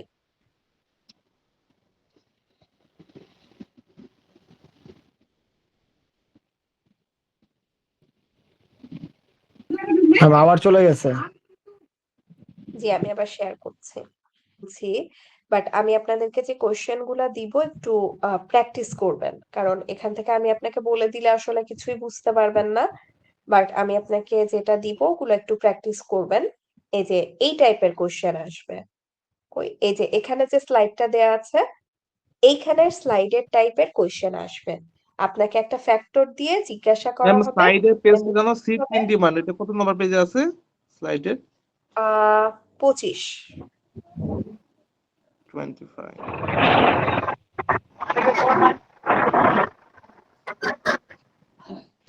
ঠিক আছে ম্যাম, কথা বলেন। শিফট ইন ডিমান্ডটা পড়বেন, আর মার্কেট ডিসইকুইলিব্রিয়ামে যে দুটো পড়িয়েছিলাম এই টপিকটা অবশ্যই পড়বেন।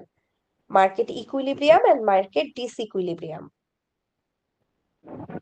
মার্কেট ডিসইকুইলিব্রিয়ামে কি কি ছিল? এক্সেস ডিমান্ডের একটা কার্ভ ছিল, এক্সেস সাপ্লাই, যেটা আসবে এর ভিতরে যে কোনো একটা আসবে, গ্রাফ আঁকতে হবে, অবশ্যই গ্রাফ আঁকতে হবে। এই টপিকটা থেকে জন্যই বলছি গ্রাফ প্র্যাকটিস করবেন অবশ্যই।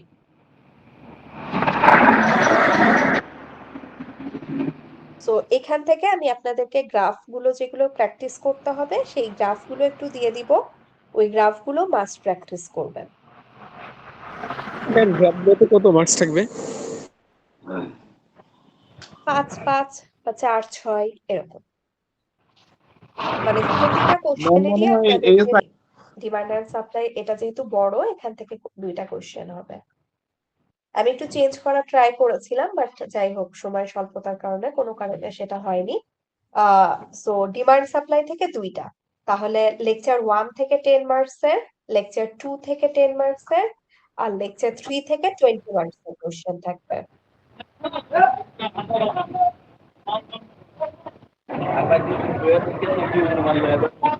মিল্টন ভাই আপনার মাইকটা অফ করেন। বললেন কিন্তু হচ্ছে তার আগে দিয়ে যেহেতু আমিও একটা, স্লাইড 3 নম্বর সাইড থেকে একটু বেশি কোশ্চেন করবেন, মানে আমরা ওই যে তার শিফটিং আগে আমি একটা কথা বলি, আপনাদের কি বলেন না। মনে হয় আপনারা যদি কোনো একটা ক্লাস রেকর্ড করেন সেটার জন্য কি টিচারের পারমিশন লাগে? জি ম্যাম, লাগে তো। তাহলে আমি ক্লাসে ঢুকে শুনলাম আপনি বাকিদেরকে বলছেন যে ক্লাসটা রেকর্ড আছে, পরে আমি দিয়ে দিব। সো সেক্ষেত্রে আমাকে ম্যাম জিজ্ঞাসা ম্যাম করে নিলে বিষয়টা ভালো হচ্ছে হতো না? এরকম, ম্যাম এখানে বিষয়টা এরকম হচ্ছে যে ওরা কথা বলছিল এই জন্য আমি চুপ করতে বলছি। ধরেন আপনি আমাকে জিজ্ঞাসা করলো, আমি না করতাম না, যেহেতু অবশ্যই এগুলো ইম্পর্টেন্ট একটা ক্লাস, অনেকেই জয়েন হতে পারেনি, বাট জিজ্ঞাসা করে নিলে একটু ভালো হয়। ম্যাম বলছিলাম যে ম্যাম যেহেতু সাইড 3 থেকে অর্থাৎ লেকচার 3 থেকে দুইটা কোশ্চেন আসছে, আমরা ওই যে কার্ভটা আরেকবার একটু হয়তো বা 2-5 মিনিট যদি বুঝিয়ে দিতেন তাহলেই ভালো হতো। আচ্ছা, আমি কি ইকুইলিব্রিয়ামের কার্ভটা বলবো নাকি শিফটের কার্ভটা বলবো?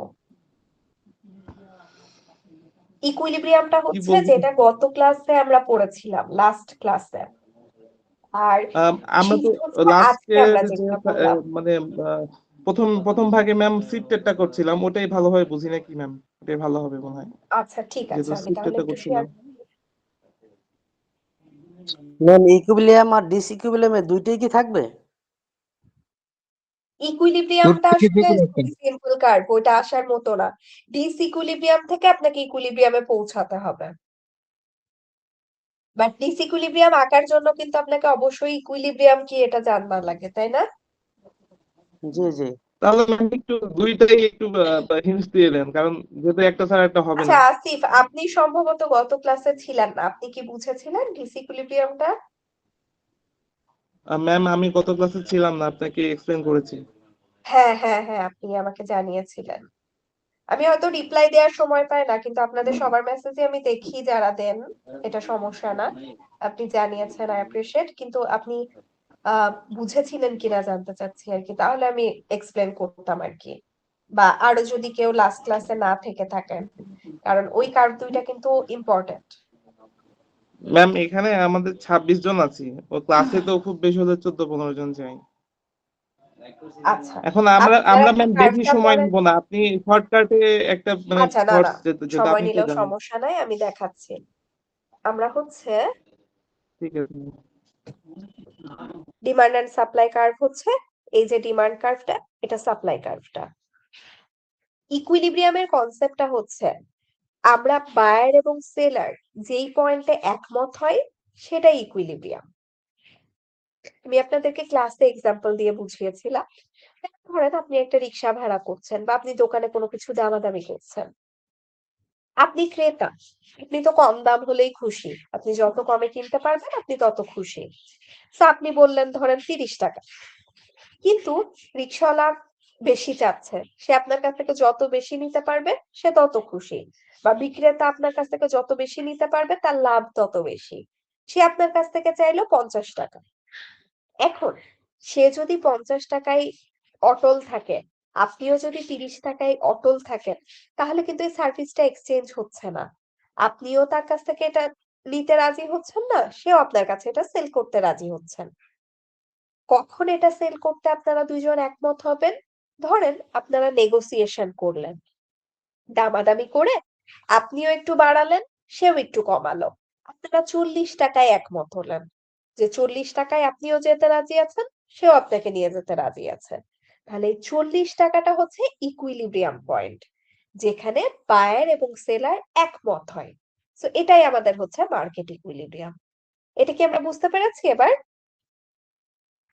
জি ম্যাম, বুঝতে জি ম্যাম, বুঝতে পারছি।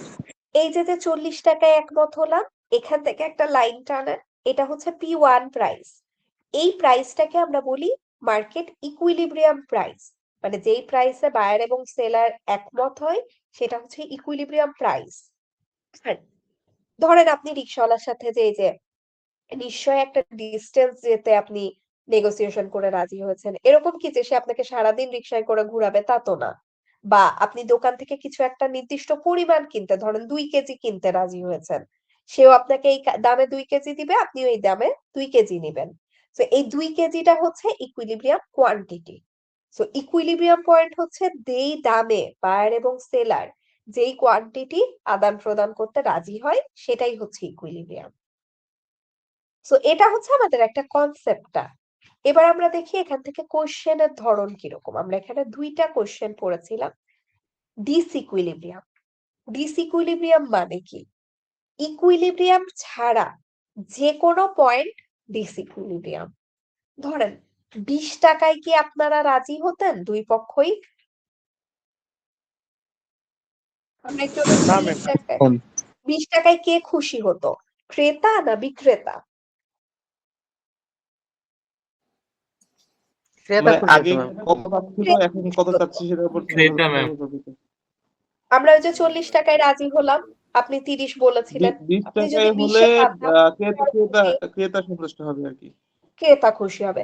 মানে যত কম দাম পাওয়া যাচ্ছে ক্রেতা খুশি, কিন্তু যত বেশি দামে সেল করতে পারছে বিক্রেতা তত খুশি। সে যদি 40 টাকার জায়গায় 60 টাকা পায়, 80 টাকা পায়, যত দাম বাড়বে সে তত খুশি। কিন্তু সে খুশি হলেই তো হলো না, ক্রেতাকেও তো এই দামে রাজি হতে হবে। সো এই যেই পয়েন্ট গুলাতে ক্রেতা আর বিক্রেতা কোনো মতেই একমত হতে পারছে না, এই পয়েন্ট গুলাই হচ্ছে আমাদের মার্কেট ডিসইকুইলিব্রিয়াম, মানে ইকুইলিব্রিয়ামের উল্টা, মার্কেট ডিসইকুইলিব্রিয়াম। এখন আমরা ডিসইকুইলিব্রিয়ামের জাস্ট 2টা কেস পড়েছি, excess demand or shortage and excess supply or surplus. এই যে, সো এটার কার্ভ 2টা আপনাদেরকে একটু আমি দেখাই। কার্ভটা আমি সরাসরি এঁকে দেখাই, তাহলে বুঝতে সুবিধা হবে।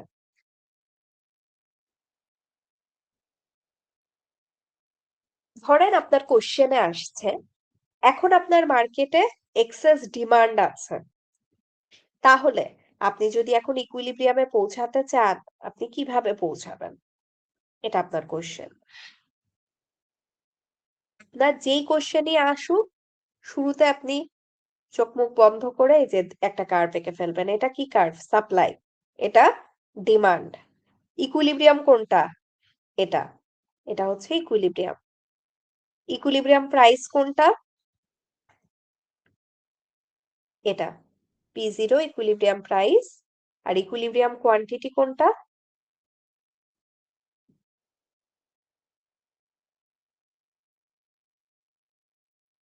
এটুকু কি আমরা সবাই আঁকতে পারি? জি ম্যাম। ওকে, সো এখন আপনাকে কোশ্চেনে কি বলা হয়েছে, এক্সেস ডিমান্ড বা শর্টেজ আছে।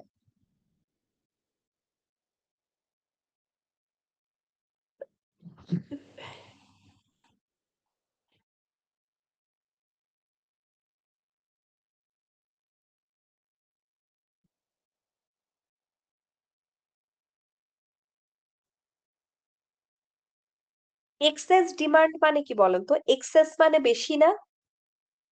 জি বেশি ম্যাম। বেশি ডিমান্ড, বেশি ডিমান্ডেরই আরেক নাম হচ্ছে শর্টেজ। মানে বাজারে অনেক ডিমান্ড আছে, সেই পরিমাণ সাপ্লাই নাই, এটার মানেই হচ্ছে বাজারে এখন শর্টেজ আছে। সেই শর্টেজ আছে, এক্সেস ডিমান্ড। এক্সেস ডিমান্ড মানে ডিমান্ড বেশি, ক্রেতা বেশি কিনতে চাচ্ছে। ক্রেতা কখন বেশি কিনতে চায় বলেন তো? দাম কম থাকলে না দাম বেশি থাকলে? দাম কম থাকলো।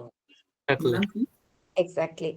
সো তার মানে এখানে অবশ্যই মার্কেট প্রাইসের চেয়ে দাম ইকুইলিব্রিয়ামের চেয়ে কম আছে, এই সলিউশনে আমরা পৌঁছাতে পারলাম। সো ধরেন এখানে এখন আমাদের প্রাইস আছে, তো এটাকে আমরা ধরলাম P1। সো আমরা কি জানি, যখন আমার মার্কেটে প্রাইস কম থাকে ডিমান্ড বেশি, সো ডিমান্ড কার্ভের সাথে দেখেন এটা এই পয়েন্টে। সো এটা হচ্ছে আমাদের কোয়ান্টিটি ডিমান্ডেড, আর সাপ্লাই কোন জায়গায় হবে? এখানে। দাম এত কম দেখে বিক্রেতা আর খুশি না, সে এখন সাপ্লাই কমায় দিচ্ছে, সো এখানে সাপ্লাই। সো আমাদের ডিমান্ড আর সাপ্লাই কি আর সেম পরিমাণ আছে? দেখেন তো, ডিমান্ড বেশি না? জি ম্যাম। ডিমান্ড কিন্তু এটা বেড়ে গেছে দাম কমার জন্য। এখানে কোয়ান্টিটি সাপ্লাইড আছে, কোয়ান্টিটি ডিমান্ড বেশি, এভাবে আমরা লিখলে পারলে গ্রেটার দ্যান। এই কারণেই এটাকে বলা হচ্ছে এক্সেস ডিমান্ড। এবার অ্যান্সার করা ইজি। বলেন তো, এখান থেকে আমরা যদি ইকুইলিব্রিয়ামে পৌঁছাতে চাই কিভাবে পৌঁছাবো? প্রাইস বাড়ালে না কমালে? প্রাইস বাড়াইতে হবে। প্রাইস বাড়াতে হবে, প্রাইস বাড়াইলে এটা ক্রেতারা কম easily কিনবে, আমি তখন চিত্র দাম কমে থেকেই যাবে। বুঝতে পারছি। চিত্র থেকে কিন্তু আপনার কাছে শর্টকাট হচ্ছে, চিত্র থেকে আমরা দেখতে পাচ্ছি P1 থেকে আমাকে P0 তে যেতে হবে। P1 কম প্রাইস, তার মানে আমাকে প্রাইস বাড়ালেই আমি ইকুইলিব্রিয়ামে পৌঁছাতে পারবো, এটাই আমাদের সলিউশন। এটুকু আমরা শিওর। এখন আসি এক্সপ্লেন কিভাবে করবেন। আপনি বলবেন চিত্রেই আমরা দেখতে পাচ্ছি P1 থেকে P0 তে গেলে আমরা ইকুইলিব্রিয়ামে যাচ্ছি। দেন বলবেন প্রাইস যখন বেড়ে যাবে সাপ্লায়ার খুশি হয়ে সাপ্লাই বাড়ায় দিবে, কারণ আমরা ল অফ সাপ্লাই থেকেই জানি কি, প্রাইস বেড়ে গেলে সাপ্লাই বাড়ে, প্রাইস কমে গেলে সাপ্লাই কমে। তো এখানে প্রাইস যেহেতু বেড়ে যাচ্ছে সাপ্লাই একটু বেড়ে যাবে। অন্যদিকে প্রাইস বেড়ে গেলে কি ডিমান্ড বাড়ে না কমে? ডিমান্ড কমে যায়। ডিমান্ড কমে। তো ডিমান্ডটা কমে এখানে চলে আসবে, সো এক্সেস ডিমান্ডটা কমে কিউএ তে আসবে, সো আমরা ইকুইলিব্রিয়ামে রিচ করে ফেলতে পারবো। সো আমাদের এক সলিউশন হচ্ছে প্রাইস বেড়ে গেলেই আমরা আবার মার্কেটে ইকুইলিব্রিয়াম রিস্টোর করতে পারবো। এটা বুঝতে পেরেছি সবাই? জি ম্যাম বুঝতে পারছি। ওকে, তো এখন আমরা সেকেন্ড কেসটাও সেম ওয়েতে দেখে নেই। এখন আমরা দেখবো এর উল্টা, এক্সেস সাপ্লাই অর শর্টেজটা আমরা রিয়েল লাইফে বেশিরভাগ ব্যবহার করি, বাট সারপ্লাসটা আমরা অত ব্যবহার করি না। সারপ্লাস বলতে শর্টেজের উল্টা, মানে মার্কেটে ধরেন অনেক পণ্য আছে বাট এত কেনার কেউ নাই। ধরেন এবার হচ্ছে বাম্পার ফলন হয়েছে কোনো কিছুর, কিন্তু অত ডিমান্ডই নাই মার্কেটে, সেটাকে বলা হয় হচ্ছে এক্সেস সাপ্লাই। সো এইটার ক্ষেত্রেও আপনি আগে শুরুতেই চিত্রটা এঁকে ফেলেন। এটা হচ্ছে একটা সাপ্লাই কার্ভ, এটা একটা ডিমান্ড কার্ভ, এটা হচ্ছে ইকুইলিব্রিয়াম পয়েন্ট, এটা ইকুইলিব্রিয়াম প্রাইস, এটা ইকুইলিব্রিয়াম কোয়ান্টিটি। এটুকু আমরা সবাই আঁকতে পারি। এখন আমরা কি বলছিলাম, এখানের চিত্রটা হবে হচ্ছে এক্সেস সাপ্লাই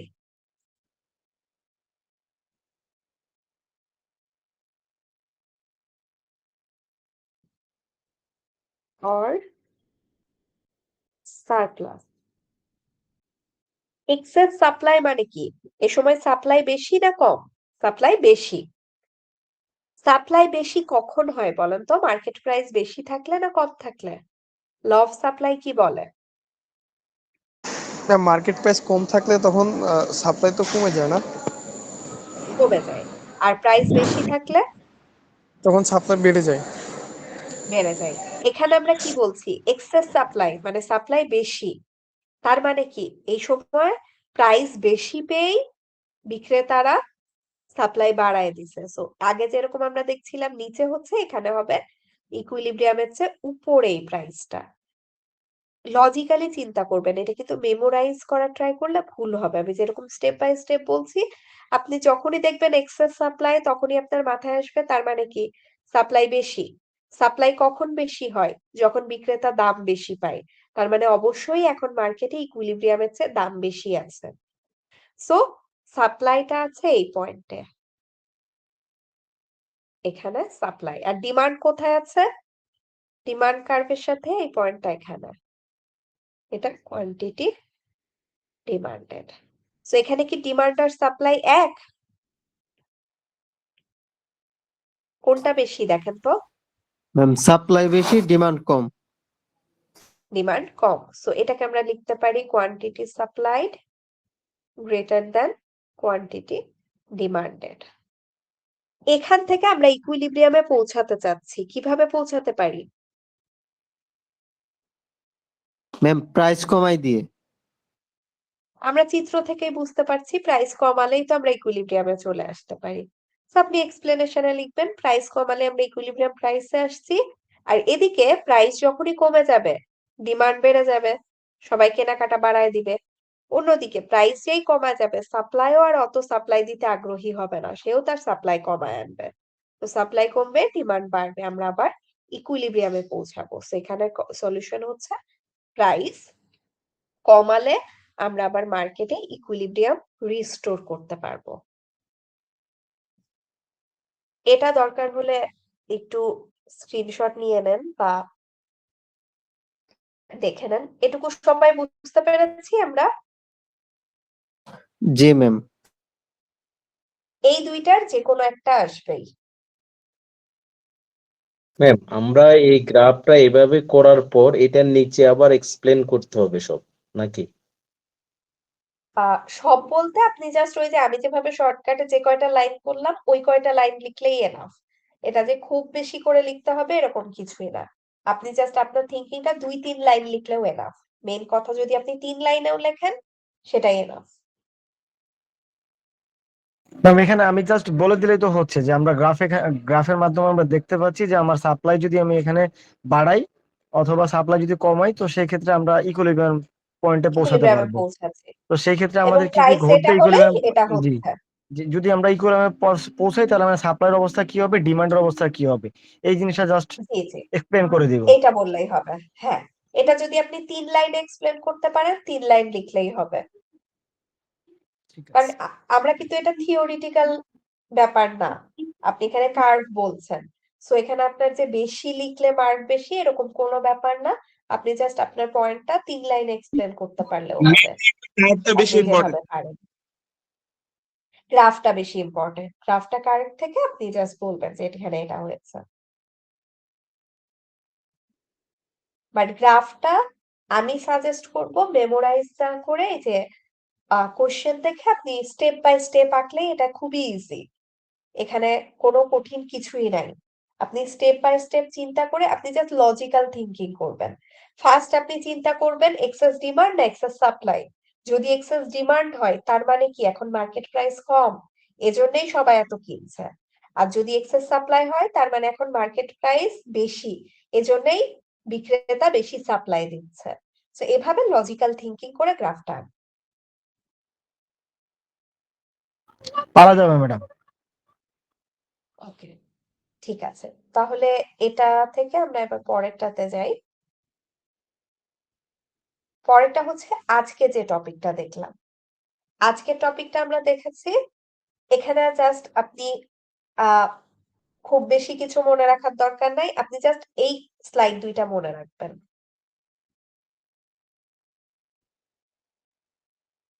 এটা দেখতে পাচ্ছেন সামারাইজ করে দেয়া আছে।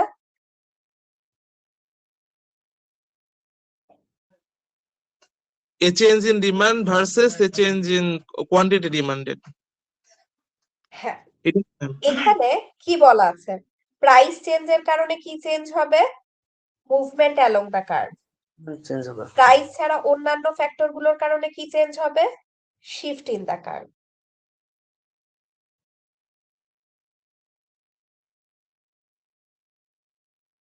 সাপ্লাইয়ের ক্ষেত্রেও সেম, প্রাইসের কারণে যে চেঞ্জ হবে সেটা হচ্ছে movement in the supply curve, আর এটা হচ্ছে shift of curve, supply curve এপাশে বা এপাশে চেঞ্জ হবে।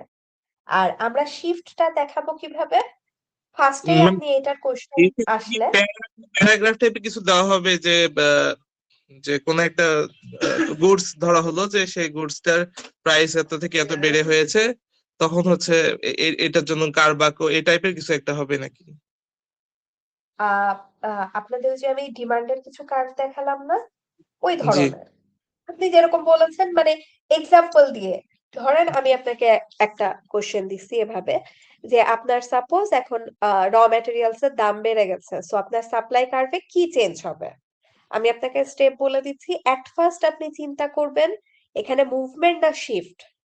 মুভমেন্ট কখন হয়? প্রাইস চেঞ্জের কারণে। এখানে কি গুডের নিজের প্রাইস চেঞ্জ হচ্ছে? The answer is no. এখানে চেঞ্জ হচ্ছে অন্য একটা ফ্যাক্টর। অন্য একটা ফ্যাক্টর যে কোনো কিছু হতে পারে, র ম্যাটেরিয়ালস হতে পারে, ট্যাক্স হতে পারে, ইনসেনটিভ হতে পারে, আপনার ন্যাচারাল ডিজাস্টার, বন্যা হতে পারে। যে কোনো একটার কারণে আপনার যদি সাপ্লাই কমে যায় সেটাই দেখানো হবে শিফটে। ফার্স্ট চিন্তা হবে মুভমেন্ট না শিফট, সো এটা হয়ে গেল। সেকেন্ডে আপনি চিন্তা করবেন ডিমান্ড বা সাপ্লাই কি বাড়ছে না কমছে। যদি বাড়ে রাইট সাইডে শিফট, যদি কমে লেফট সাইডে শিফট।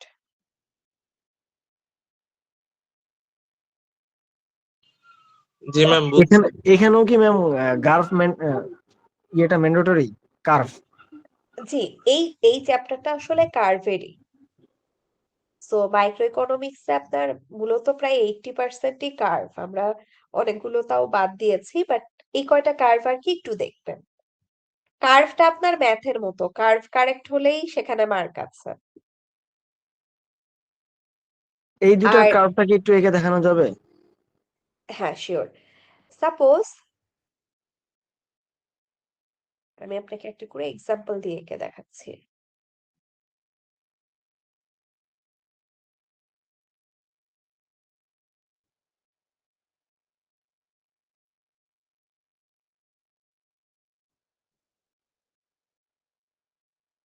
আমরা এখানে টোটাল 4টা কার্ভ দেখবো।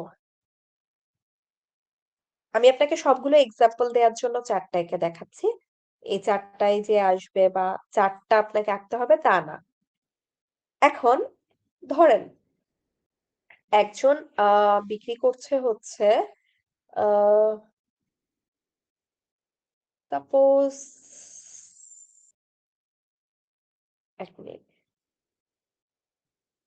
ধরেন আপনি কফি বিক্রি করছেন। এখন কফি বিক্রি করতে গিয়ে আপনি দেখলেন কফি প্রোডাক্টটা নিয়ে আমরা কথা বলছি, ধরেন কফির প্রাইস বাজারে অনেক বেড়ে গেছে। এখন ডিমান্ডে কি ধরনের চেঞ্জ হবে এটা আপনারা বলেন।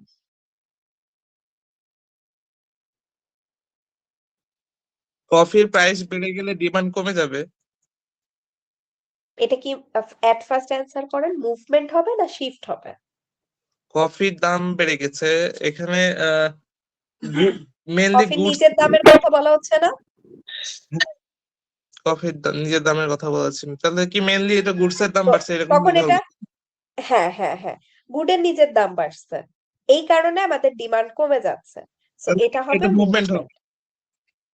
এই যে ধরেন দাম আগে ছিল হচ্ছে এই যে P1-এ, এখন দাম বেড়ে P2 তে হয়ে গেল, তো P2 তে হওয়ার কারণে আমরা দেখলাম ডিমান্ড কমে গেল।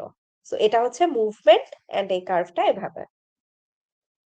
সেকেন্ড এক্সাম্পল দেই। সাপোজ আপনার কফির দাম সেম আছে, এটা আমরা অ্যাজিউম করে নিচ্ছি। এখন আপনার টেস্ট আর কফি নাই, আপনার এখন চা পছন্দ। সো কফির ডিমান্ডে কিরকম চেঞ্জ হবে? প্রথমেই বলেন এটা কি শিফট হবে না মুভমেন্ট হবে? ম্যাম শিফট হবে।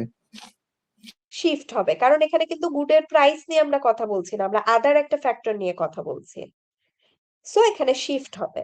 এখন এই যে কফির ডিমান্ড বাড়বে না কমবে? ডিমান্ড কমবে ম্যাম। ডিমান্ড কমবে। ডিমান্ড কমে গেলে কোন দিকে শিফট হয়?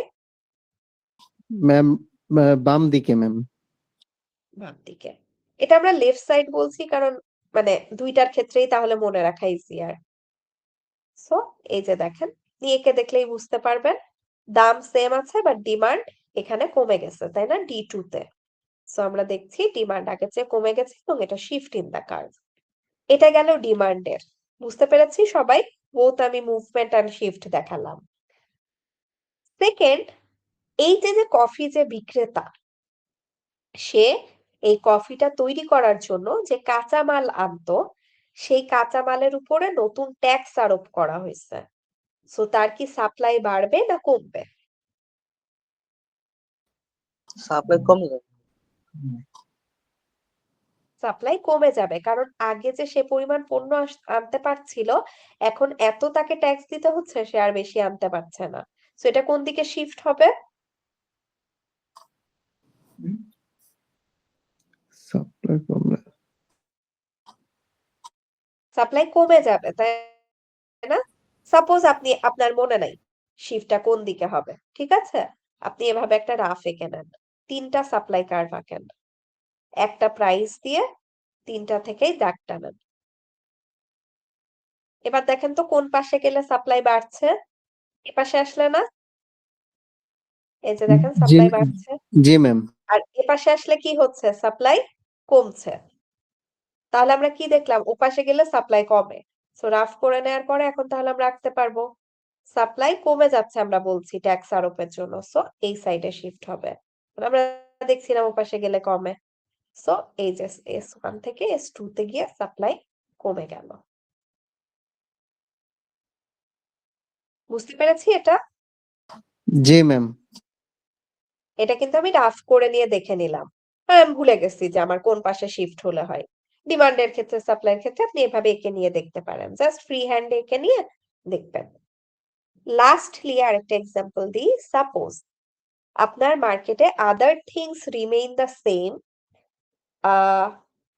কফির দাম বাজারে অনেক বেড়ে গেছে। কফির দাম বেড়ে যাওয়ার কারণে সাপ্লাই একটা চেঞ্জ হবে। এই চেঞ্জটা কি শিফট হবে নাকি মুভমেন্ট হবে?